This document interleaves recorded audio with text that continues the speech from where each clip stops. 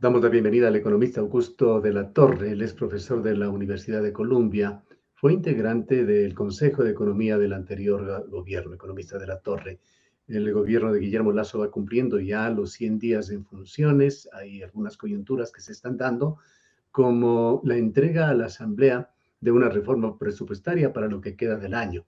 Quisiéramos, entre todo, una primera lectura, sus conclusiones, si es que algo dice este presupuesto, que de alguna manera ha sido calificado ya como un presupuesto que no tiene mayor importancia, un presupuesto de transición por el corto umbral de tiempo que cubre.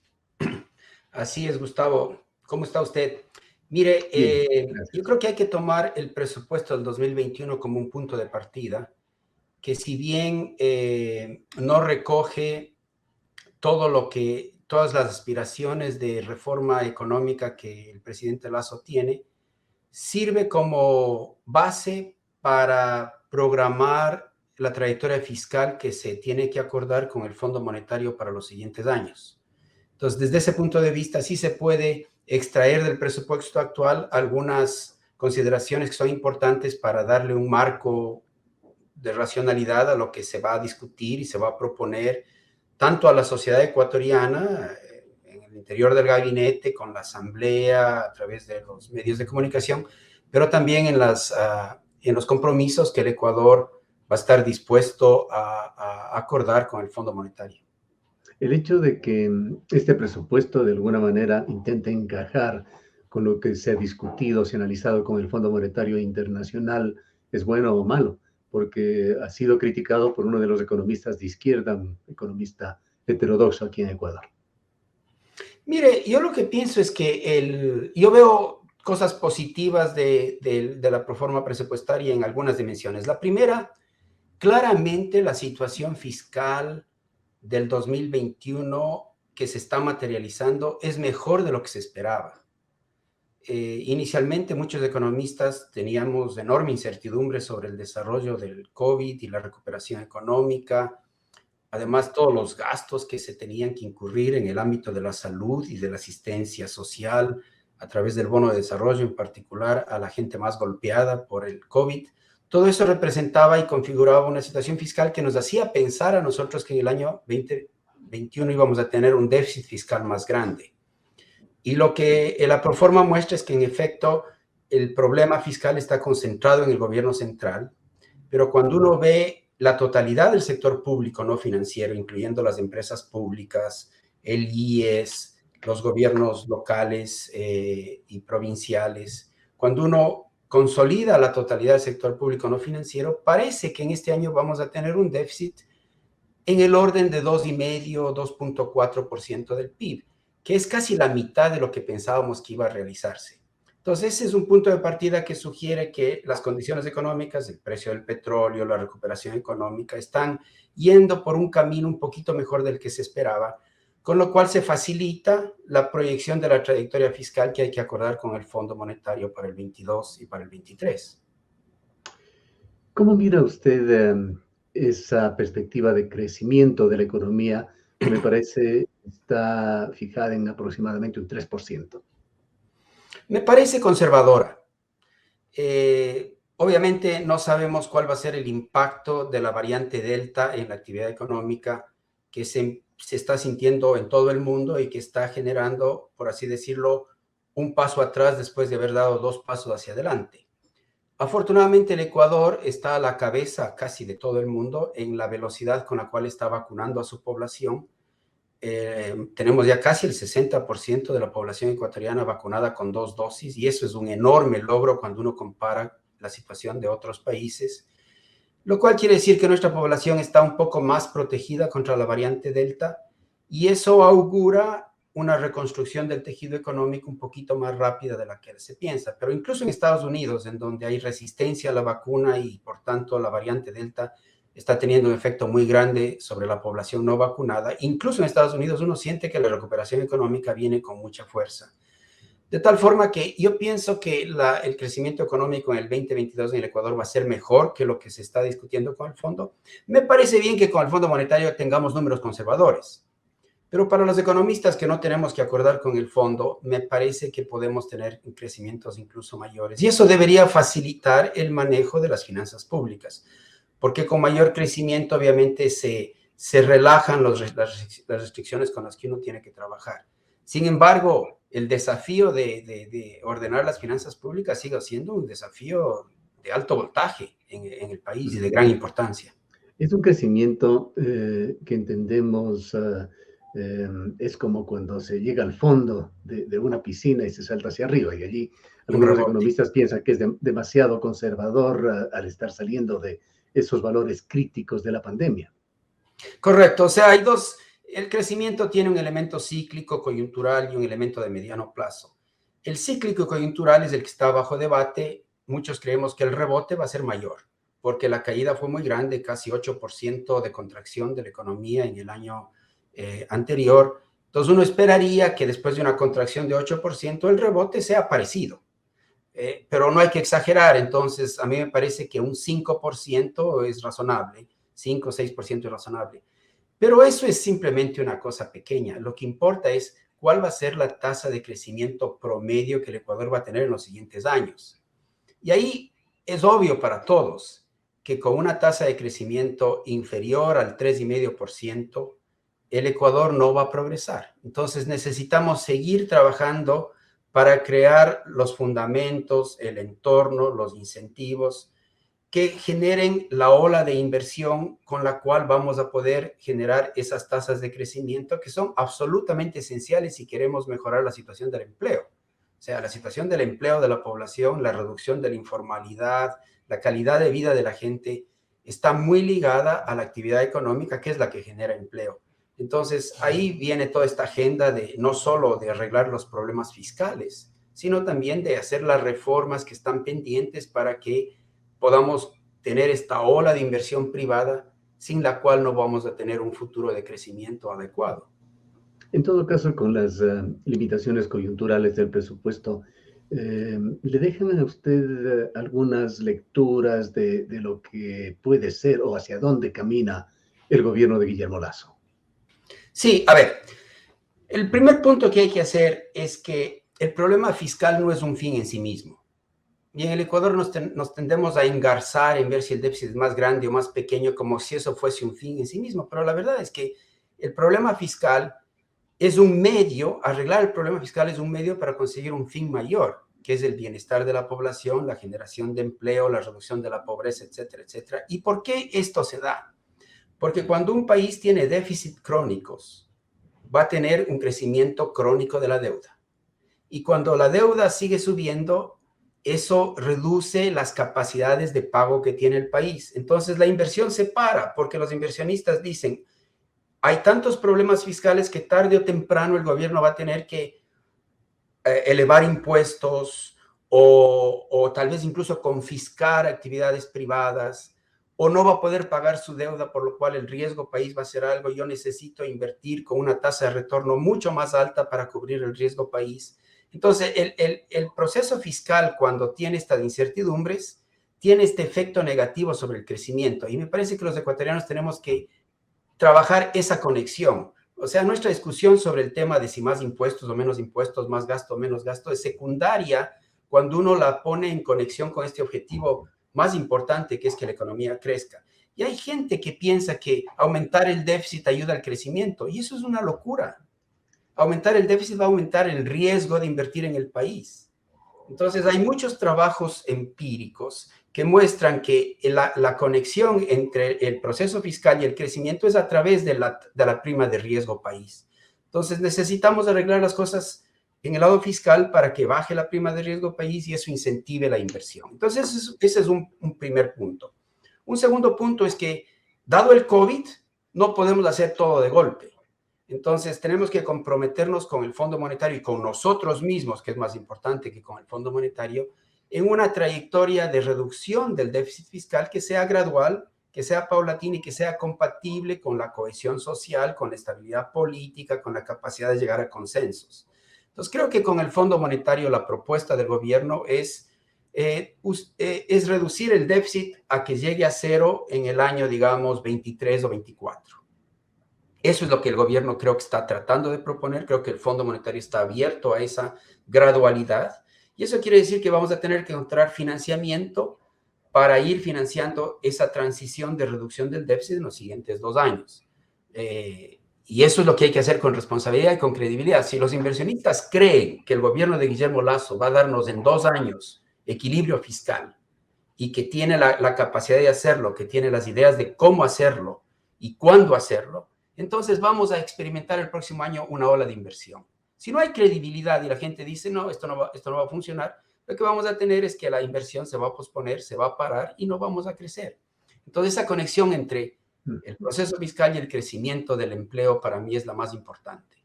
¿Cómo vislumbrar ese futuro de la economía ecuatoriana en el mediano, en el largo plazo, si es que no conocemos todavía los términos de la reforma tributaria, de la reforma laboral, de otro tema que usted ha insistido en otras intervenciones en este medio de comunicación, correctivos a la seguridad social? Correcto. Gustavo, usted acaba de anunciar la agenda. O sea, nosotros tenemos, en mi opinión, 2 piezas de la agenda que ya están en su puesto y que están implementándose y que nos van a ayudar. La reforma financiera y al Banco Central, la ley de defensa de la dolarización y la reforma fiscal que hizo el gobierno de Lenín Moreno, que arregla un poco los procesos de transparencia y protocolos fiscales.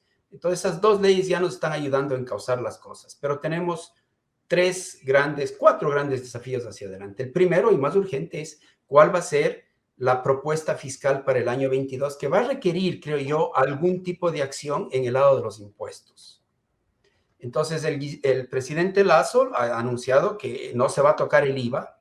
Eso me parece que está bastante claro por razones más sociales y políticas, pero alguna cosa va a tener que hacerse en la capacidad de recaudación, en la progresividad del impuesto a la renta personal para que aquellas personas que tienen ingresos más holgados contribuyan más a este esfuerzo. Algo va a tener que hacerse ahí y creo que eso el presidente Lasso no tiene otro remedio que presentar una propuesta en ese sentido a la Asamblea en septiembre. Entonces, el tema de la reforma tributaria la vamos a conocer en pocas semanas y la vamos a estar discutiendo y ahí tal vez usted y yo podremos conversar otra vez si la propuesta del Ejecutivo tiene viabilidad, tiene racionalidad económica, etcétera. Pero claramente este es un gobierno del presidente Lasso y por tanto va a ser un gobierno que va a privilegiar el control del gasto más que la recaudación de impuestos en el proceso de ajuste fiscal. ¿Cómo mira usted el tema del manejo del subsidio, la focalización que se quiere hacer al subsidio de los combustibles y el manejo de los subsidios en general por parte de este gobierno? Claro, entonces ese era el segundo tema de la agencia.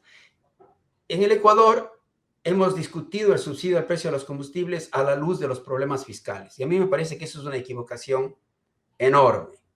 El tema de los subsidios a los precios de los combustibles tiene una dimensión distributiva porque es un subsidio que se otorga a través del precio a toda la población cuando deberíamos encontrar una manera de subsidiar a la población que realmente lo necesita. Entonces hay un tema de cómo reemplazar ese subsidio que es ahora en el precio a un subsidio más directo quizás al transporte público. Y de eso ya se está hablando y creo que ese es el camino para enfrentar la dimensión distributiva del tema del subsidio.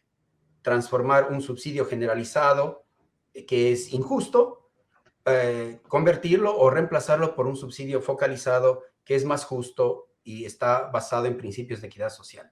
Pero hay 2 dimensiones más del subsidio a los precios de los combustibles que militan en favor de eliminarlo. El primero es ambiental. El subsidio a los precios de los combustibles es un subsidio a la contaminación ambiental y por tanto un subsidio para el calentamiento global. Entonces tenemos que tener una discusión sobre la racionalidad de ese subsidio a la luz de los objetivos ambientales. Y a mí me asombra que los indígenas y que los ambientalistas en el Ecuador no tomen en cuenta este razonamiento. Ellos son los que deberían estar empujando para que la sociedad elimine el subsidio a la contaminación. Y hay una tercera dimensión del subsidio a los precios de los combustibles que es fundamental, que tiene que ver con la eficiencia del mercado energético en el Ecuador. Entonces, la eliminación gradual del subsidio de precios de los combustibles debería abrirnos el espacio para tener un mercado de gasolina y de diésel normal, en donde las gasolineras puedan comprar la gasolina o el diésel al mejor postor en cualquier parte del mundo y no estén, como están ahora, obligados a comprar a la refinería estatal que tiene un monopolio en el mercado de combustibles locales. Entonces, el tema del subsidio de los combustibles tiene estas otras dimensiones y esta última propone una visión, y la visión es ir a un futuro en el que el subsidio esté focalizado en los pobres, el mercado de los combustibles ya no tenga el monopolio de la refinería estatal, que además es una fuente de corrupción, que ya no tengamos que subsidiar el contrabando o la producción de drogas en Colombia, porque el combustible es un insumo muy grande para la producción de drogas, y que más bien nos vayamos a un mercado libre en donde el precio de los combustibles es el precio internacional y las gasolineras compran y venden en un mercado abierto y ya no tenemos el monopolio de la refinería estatal. Esa sería la visión con la cual hay que trabajar. Y se da cuenta usted, Gustavo, que en todo lo que he mencionado, lo fiscal es de segundo orden. Lo más importante es lo distributivo, lo ambiental y la eficiencia del mercado energético en el Ecuador. Nuestra opinión personal es lo menos importante en este diálogo, pero creo que hay que poner como antecedente que miramos personalmente con preocupación el extractivismo promovido por el gobierno de Guillermo Lasso con los decretos 151 relacionado con la minería, el 95 con explotación petrolera. Cuando el mundo está corriendo en dirección contraria, todos los países, particularmente los más grandes, están intentando tomar medidas de protección del planeta porque lo ven realmente en una situación ya muy compleja. ¿Cuál es su opinión? Yo creo que los objetivos de preservación de la sostenibilidad del medio ambiente se están volviendo dominantes. Creo que el mundo está llegando al filo del precipicio y a lo mejor estamos cercanos a un futuro desastroso en donde desaparece la especie humana como resultado de la desestabilización global que puede producir el cambio climático. Entonces, estos objetivos ambientales deben dominar y deben ser centrales en la discusión sobre el uso de los recursos naturales de la minería y del petróleo. Ecuador tiene esta riqueza de minería y de petróleo y la pregunta del millón es si se puede seguir un camino que sea compatible con la protección del medio ambiente.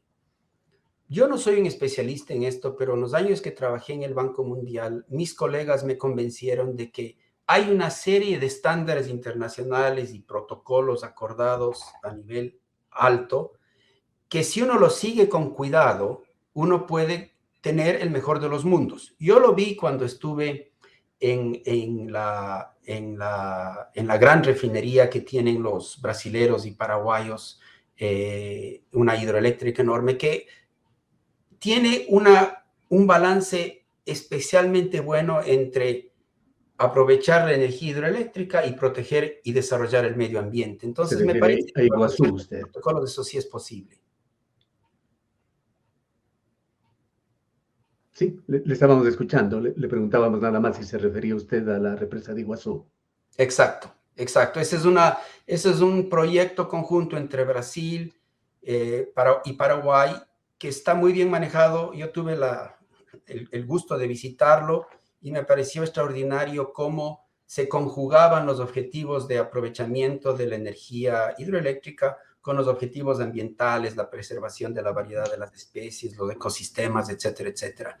También cuando uno va a sitios como Nueva Zelanda o como Canadá, uno encuentra que la minería es absolutamente compatible con la preservación del medio ambiente porque hay una serie de protocolos de protecciones que aseguran que sea así. Y la minería y el petróleo tienen también estas interacciones con los pueblos, con los efectos sociales. Entonces, efectos sociales y ambientales, me parece que se han desarrollado una serie de protocolos para protegerlos. En el Ecuador no hemos tenido esa tradición de unirnos a estándares internacionales, traernos de especialistas de otros países para asegurar que los proyectos mineros y energéticos sean compatibles con el medio ambiente. Yo creo que esa debería ser la intencionalidad del gobierno del presidente Lasso, y creo que es mejor que él se demore para asegurar que la gente está tranquila de que este no es un proyecto de enclave extractivista que le destruye la naturaleza, sino que este es un proyecto con responsabilidad ambiental muy cuidadosa. Yo pienso que eso es posible, pero hay que hacerlo, ¿no es cierto? Y la gente tiene dudas naturales de si se lo va a hacer bien en el Ecuador. En síntesis, en pocas palabras, pues el tiempo es nuestro peor enemigo. Economista de la Torre, ¿cómo mira usted estos 100 primeros días de Guillermo Lasso y esas posibilidades de lograr esa ansiada recuperación económica del país? Yo creo que Guillermo Lasso ha empezado muy bien el gobierno y tiene un grado de aceptación, de credibilidad y de aprobación. Creo que es históricamente el más alto que hemos tenido en las últimas décadas, ciertamente, de lo que yo me acuerdo en la vida política ecuatoriana. Esta mañana salió un artículo en Foreign Policy, una revista muy prestigiosa acá en Estados Unidos, que describe con una claridad enorme la buena sorpresa que ha sido el gobierno del presidente Lasso, esta idea del país del encuentro, esta apertura al diálogo con las mujeres, con la comunidad gay, con el esfuerzo de tratar de conversar con los indígenas, la buena logística e implementación del proceso de vacunación que ha sido, hay varios artículos que he leído en donde el Ecuador es ahora elogiado como un país que logró darle la vuelta al proceso de vacunación. Entonces creo que el comienzo es muy bueno. Ahora, el presidente Lasso tiene que aprovechar este capital político para irle coordinando a la sociedad, guiando a la sociedad, facilitando un diálogo que nos permita seguir moviéndonos hacia adelante. Eso va a requerir mucha pedagogía.